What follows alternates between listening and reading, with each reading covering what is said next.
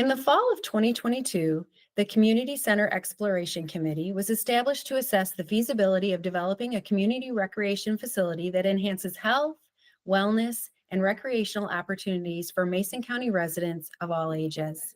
To guide this effort, the Community Center Exploration Committee secured funding to hire Pros Consulting to conduct a feasibility study examining local market conditions, operational costs, potential revenue streams, staffing needs, and optimal programming. The study aimed to provide a comprehensive analysis of existing amenities and assets, identifying gaps and opportunities to enhance and complement recreational offerings in Mason County.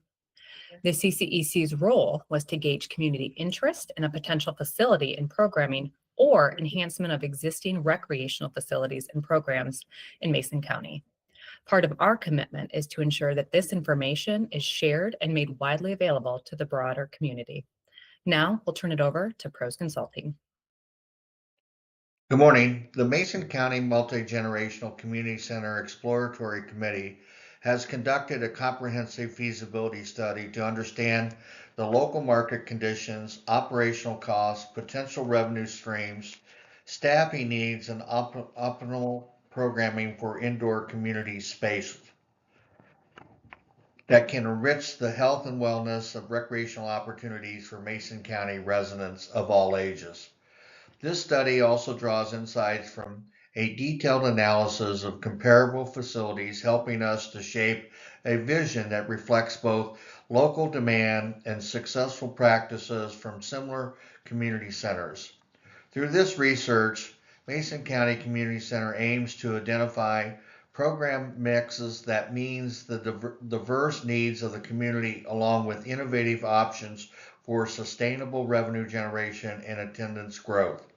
Additionally, a business plan was developed to outline operational costs and strategies for achieving financial sustainability, informing any future community planning efforts, and ensuring that any potential future recreation space becomes a vibrant long-term asset of Mason County.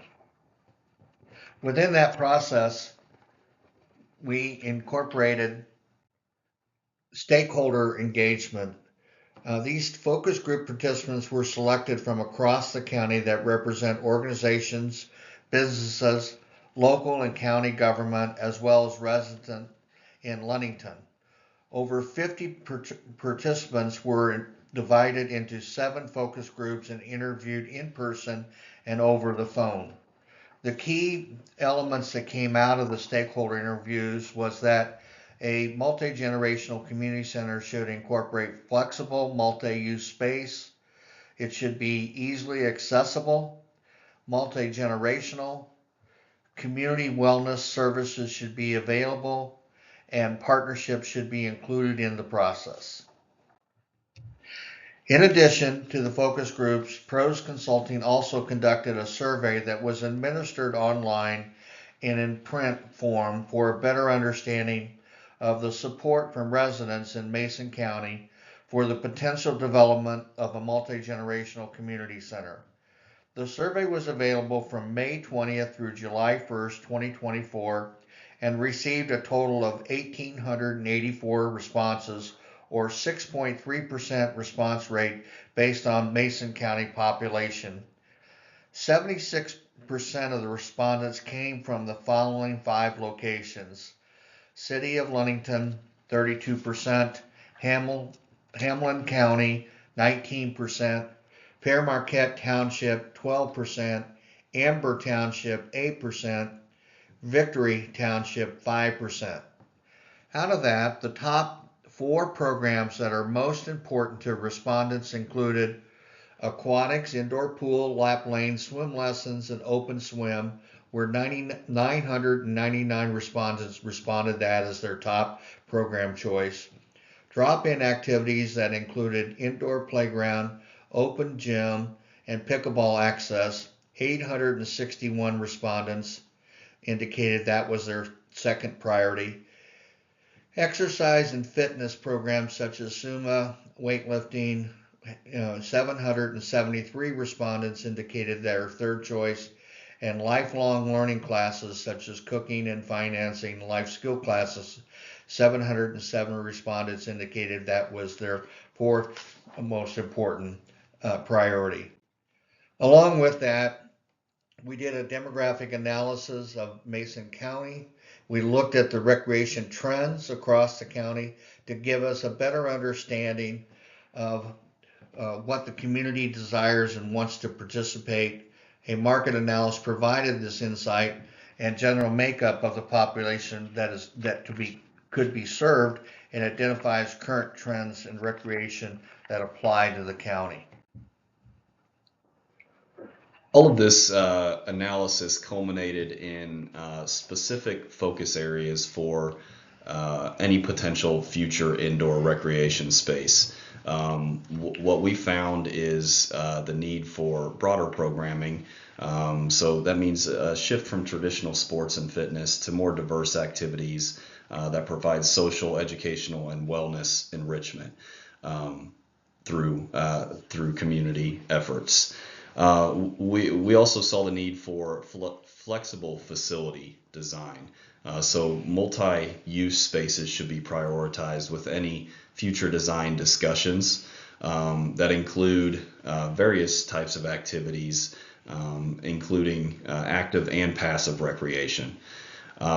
There should also be a focus on underserved groups throughout the county, and so developing programs for seniors, families, and youth, emphasizing community events to create these gathering points, along with support services that reflect Mason County's demographic needs. In addition, integrated social services, potentially addressing rural community needs with services such as food assistance, financial counseling, and partnerships with health and social services could be a future consideration. As a part of the financial planning, it was important to envision the use capacity for a potential indoor recreation space. The use capacity refers to the maximum number of people, activities, or programs that the facility can accommodate at a given time while maintaining a safe, comfortable, and functional environment.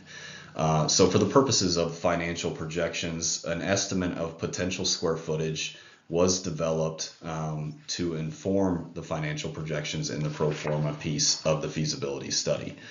It is our benchmark was recommended to the committee that there is a goal of achieving at least 70% of use capacity daily with the facility, and so this does require staff to actively program each space for users, including active adults and seniors, during the day, and families, teens, and youth, as well as adults in the evenings and on weekends. So also a part of the financial projections, it was important to develop general assumptions that informed operational expenses as well as potential revenue that could come from indoor recreation space. It's important to note the pro forma represents a moment in time. Future projections can and likely will experience some variation due to unforeseen market conditions. This information should be used as a guide and will need to be updated as time passes and conditions change. Operational and financial assumptions describe the operational philosophy for a building and explain how revenues and expenses are derived to develop the pro forma for a multi-generational community center.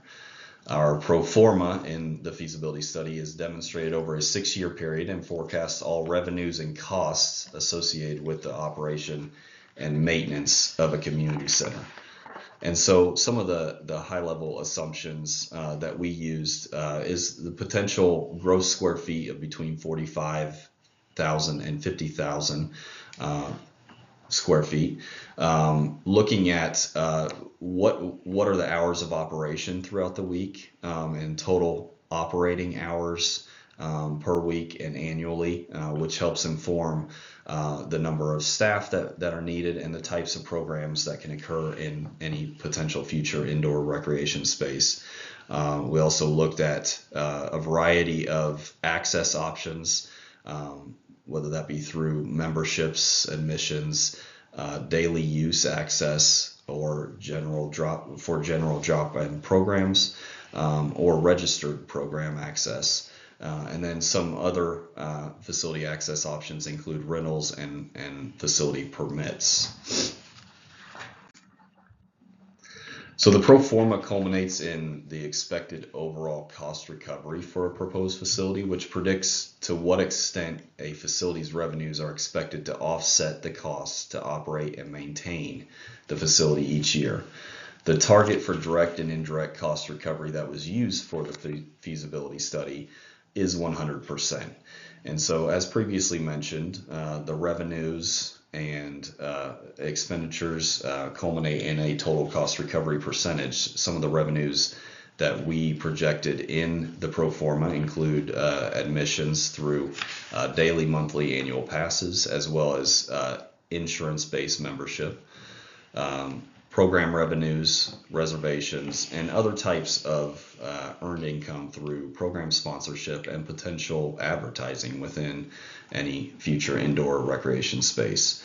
It also includes expenditures, which are broken into three main buckets, including personnel services for full-time and part-time, including salary benefits, operations, as well as other service and charges, which account for a lot of the indirect or overhead expenses that may be associated with operating any future indoor recreation space. The pro forma represents an approach to management showing it is possible to have multiple funding sources to support operational costs of indoor recreation space. Overall, a well-designed dynamic pricing strategy can help improve access, increase utilization, increase revenue, and keep customer satisfaction highly rated.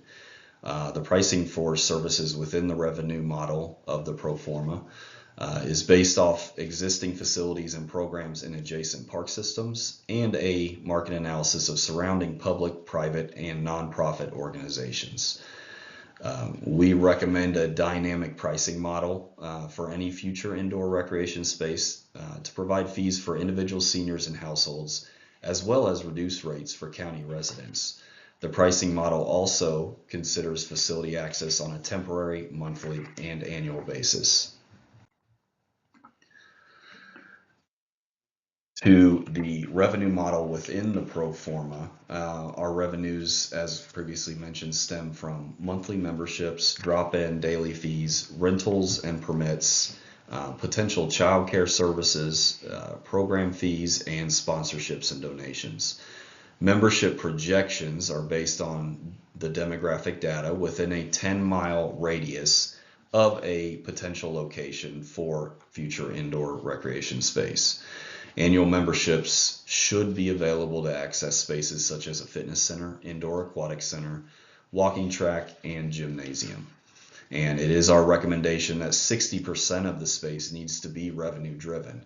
And so we are projecting about 50% of the revenue comes from membership fees, 30% would come from program registration fees, about 10% from drop-in access, and then 5% from other types of revenue sources that could be possible, such as concessions or other earned income, and then 5% for any type of program sponsorship or potential naming rights of any future facility space.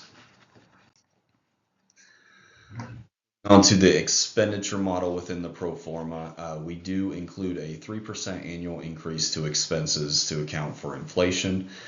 Incorporated within the personnel services are staffing levels and hours required for full-time, part-time, and seasonal staff that would be needed to operate and program any future space at least 356 days a year. In addition, the pro forma entails contractors who teach classes or provide ancillary tasks supporting the operation.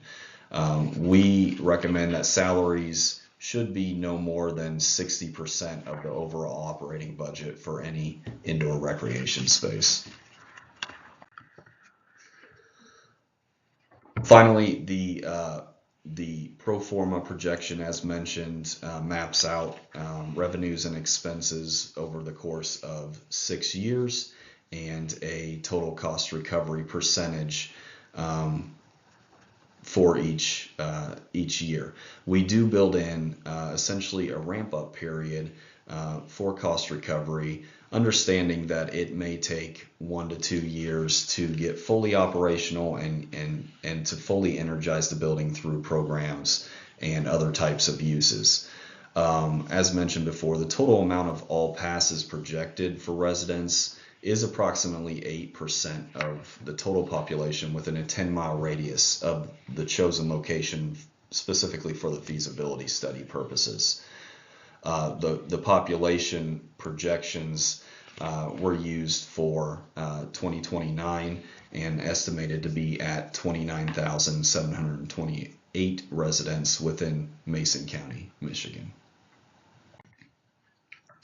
We want to thank the Mason County Community Center Task Force for allowing us the opportunity to provide this information to you, and we wish the committee great success. As this committee concludes its work, it is our hope that this study serves as a valuable resource for organizations, entrepreneurs, and community leaders in shaping future projects across the county. And already we have entities and organizations who are using these findings and insights to inform their planning efforts and aspirations. We invite others to do the same in our community. This presentation, along with the full feasibility study report, may be found here on the Community Foundation for Mason County's website.